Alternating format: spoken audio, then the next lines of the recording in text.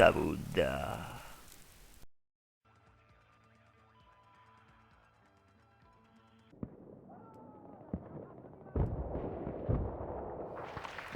Bene ragazzi, qui è Savuda e come vedete una nuova puntata di Battlefield 3. Sì, sono riuscito ad andare a casa di un amico per qualche giorno e quindi mi sono messo a registrare alcune partite di Battlefield. Qui iniziamo bene la partita, infatti inizia con una doppia e anche headshot e riusciamo a fare una doppia quindi. E poi la partita devo dire che è stata buona. Sì, sono riuscito a concentrarmi per giocare a Battlefield, nonostante non giocassi da tanto su PC, e quindi possiamo dire che questa è la mia prima partita seria che potete vedere sul mio canale YouTube. Quindi la modalità, come potete vedere, è deathmatch, sempre sulla stessa mappa canali di Northshore perché sono i deathmatch che si trovano di più. L'altra volta comunque era un vaneggio, questa volta è una partita seria. Sì, quindi il canale di Northshore, questo tipo di partite mi piacciono molto in deathmatch. Mi piacciono perché è frenetico. Voi sapete che a me piace il free for all perché devo guardarmi da ogni parte, devo sapere che lì c'è quello che mi tira quella bomba, c'è quell'altro che mi spara dall'altra parte, c'è quello che mi stun, eccetera, eccetera. E quindi lo stesso meccanismo lo ritrovo in questo tipo di partite molto frenetiche su Battlefield. Ne ho scelto appositamente una da 200 tickets, in modo che così non durasse troppo il commentary, anche perché poi alla fine, oltre che annoiarvi, non ci sarebbe più niente da dire. E quindi spero che il gameplay vi piaccia. Mi piace giocare il deathmatch, io ve lo dico a titolo informativo, così imparate a conoscere me anche dal punto di vista di Battlefield. Sapete cosa mi piace su COD, sapete le mie armi preferite, eccetera. Adesso vi posso dire un qualcosina su Battlefield. Mi piace giocare questo tipo di gameplay, questo tipo di match. Infatti i deathmatch tengo a precisare a fazioni, perché su Battlefield bisogna fare la distinzione tra deathmatch a fazioni, dove ci sono due squadre che si sfidano, mentre in deathmatch a squadre ci sono 4 squadre che si sfidano. Questo è deathmatch a fazioni, cioè con due squadre. Praticamente dicevo, mi piace giocare questo tipo di match sia con la classe supporto. Il perché è perché ha questi mitraglioni enormi, tipo quello che sto usando io adesso, di cui parleremo tra poco. È perché quindi magari trovo gruppi di 5 persone e li posso distruggere tutti quanti senza dover stare a nascondermi o a morire perché non ho abbastanza munizioni. E poi perché si può lasciare in terra il cosettino al centro della mappa per il supporto munizioni per i tuoi amici e fare un sacco di punti, cosa che io purtroppo in questa partita non ho fatto. Mi sono dimenticato e quindi ho fatto molti meno punti di quelli che avrei potuto fare, purtroppo, perché non ho messo la scatola delle munizioni. Poi mi piace giocarlo anche con l'assalto. Mi piace giocarlo con l'assalto perché mi piacciono le armi. Le armi dell'assalto sono tutte tanto forti. Hanno alcune, soprattutto like, mi piace tanto perché ha un bel rato e un rinculo bassissimo. Il rinculo del like è comparabile a quello delle MP7 su MV3, perché alla fine, se ci pensate, è un rinculo verticale. Non è un rinculo estremamente fastidioso in orizzontale e cose del genere. Quindi sì, mi piace giocare anche con l'assalto, perché poi anche in questo caso si può lasciare giù come cazzo si chiama, il kit medico, per curare gli amici, e si fanno milioni e veramente milioni di punti. Un'altra cosa che mi piace fare con l'assalto, per cui mi piace usare l'assalto, è perché si possono curare i compagni, cioè defibrillare e rianimare. Il problema è che non sono ancora abbastanza veloce e immediato, perché non ci ho praticamente mai giocato su PC, su Battlefield, ma solo sulla PlayStation. Non sono abbastanza immediato nel PC ancora a farlo, vabbè, nemmeno nella PlayStation, perché alla fine nella PlayStation non so proprio usarlo il joypad. E quindi non riesco a rianimare in frettissima. Preferisco magari mettermi quella specie di fucile a pompa, non so come cazzo chiamarlo, quella specie di cosa che spara fortissimo. Anche se non lo faccio, perché alla fine uso solo l'arma primaria e a volte la pistola quando finisco le munizioni. Cosa che invece non sono costretto a fare qua, perché appunto ho usato l'arma. L'arma è un PKP. No, aspetta, sì, PKP? Pechneg. Non riesco mai a dirlo sto cazzo di nome di quest'arma, ma non importa. Comunque, come avete visto all'inizio del video, l'ho selezionata perché non l'avevo mai usata, l'avevo appena sbloccata nella partita precedente, che purtroppo non ho registrato perché era un buon score anche quello. Avrei potuto fare 2 puntate, anche se probabilmente sarebbero state monotone, ragazzi, perché alla fine tutte e due sulla stessa mappa, alla fine è andata bene così. Vediamo qui che comunque ho usato il PKP Pechneg.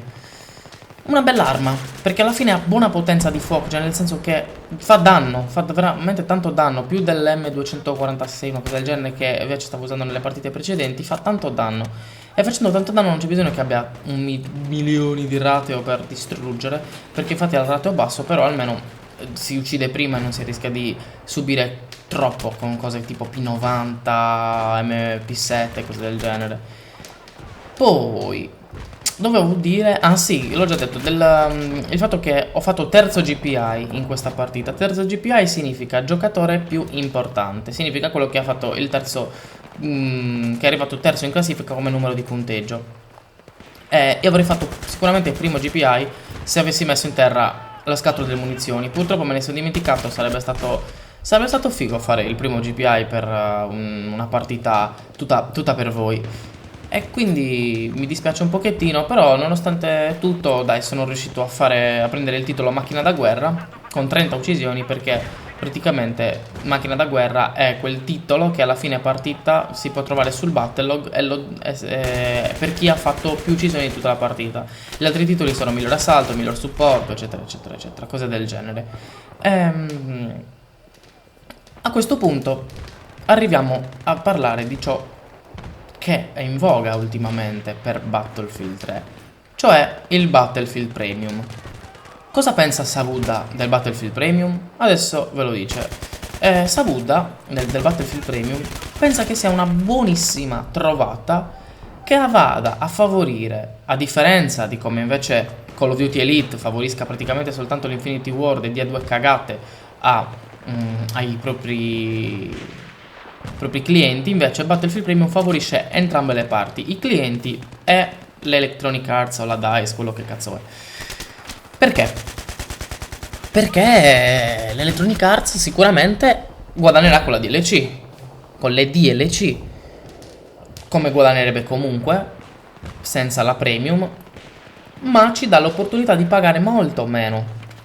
Perché se noi prendiamo la Premium paghiamo 50 euro, ok? Mentre se prendiamo le 5 DLC compresa Back to Karkand paghiamo praticamente 15 euro per 5, che sarebbero 75 euro, ma quindi praticamente abbiamo uno sconto di 25 euro, che non è poco, quindi andrebbero a guadagnare loro e andiamo anche noi a trarre il nostro vantaggio, non è roba da poco. E quindi io sì, sono favorevole al Battlefield Premium, però come in ogni cosa si possono riscontrare ed evidenziare pro e contro. I pro che possiamo evidenziare del Battlefield Premium sono praticamente tutti: questo punto di vista del prezzo, il fatto che abbiamo tantissime novità per ogni DLC, perché comunque il Battlefield Premium alla fine non sono altro che il Battlefield Premium non è altro che un DLC a meno costo e anticipate come rilascio, non è nient'altro. A parte una cosa che comunque dirò dopo, che è quella per cui non sono d'accordo. Quindi le DLC hanno praticamente 4 mappe, ognuna più mimetiche, varie armi, che sono cose fighe rispetto a DLC di altri giochi, senza fare nomi, che non rilasciano praticamente niente, perché alla fine 4 mappette non sono niente di che. Alla fine però c'è una cosa per cui non mi trovo d'accordo nella Premium. La cosa per cui non mi trovo d'accordo nella Premium sono due. Uno, l'azzeramento delle statistiche.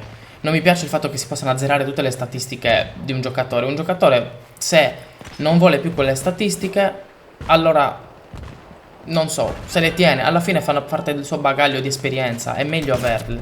È brutto cancellare tutto e ripartire da zero quando ormai sei diventato bravo, senza considerare lo schifo che avevi fatto magari all'inizio. È più bello vedere la ripresa.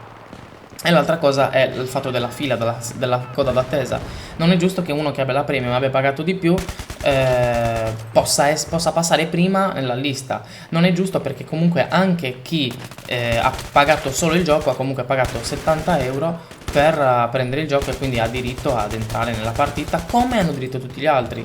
Perché poi alla fine non è giusto magari vedere una persona che ha pagato 80.000 mappe entrare prima in una partita di una persona che ha pagato invece soltanto 4 mappe, perché alla fine uno può entrare prima anche nelle 4 mappe magari dell'EC vecchia, e non è giusto, perché ognuno praticamente paga piano piano tutto ciò che gli serve. Ad esempio io pago Back to Karkand, gioco su Back to Karkand, arriva uno che ha pagato milioni di cose e passa prima su Back to Karkand. No, non è giusto, perché Back to Karkand l'ho pagato anche io, e quindi anche io ho il diritto, cioè come te, a entrare, cioè non è una discoteca, in poche parole, che arriva il VIP strafigo con i controcazzi di marmo, e può entrare a fare cose. Poi voglio ricordarvi comunque, dato che la partita sta per finire, di iscrivervi alla pagina Facebook, alla pagina Twitter aperta da poco, e al gruppo di Steam, e basta. Praticamente questo è quello che volevo dirvi. Vi ricordo che praticamente nel prossimo video di Battlefield vi dirò quali sono i miei pensieri sulle mappe di Close Quarters, anche in relazione a quelle delle DLC di COD, perché alla fine non ci sono tantissime differenze tra le mappe, però c'è un'altra cosa che rovina le differenze. Come vedete qua, il video sta finendo, e noi quindi possiamo salutarci, e vi lascio alla fine con lo score della mia partita, e poi vi lascio anche uno stamp tratto dal Battlelog. Quindi qui è tutto da Savuta, bella ragazzi.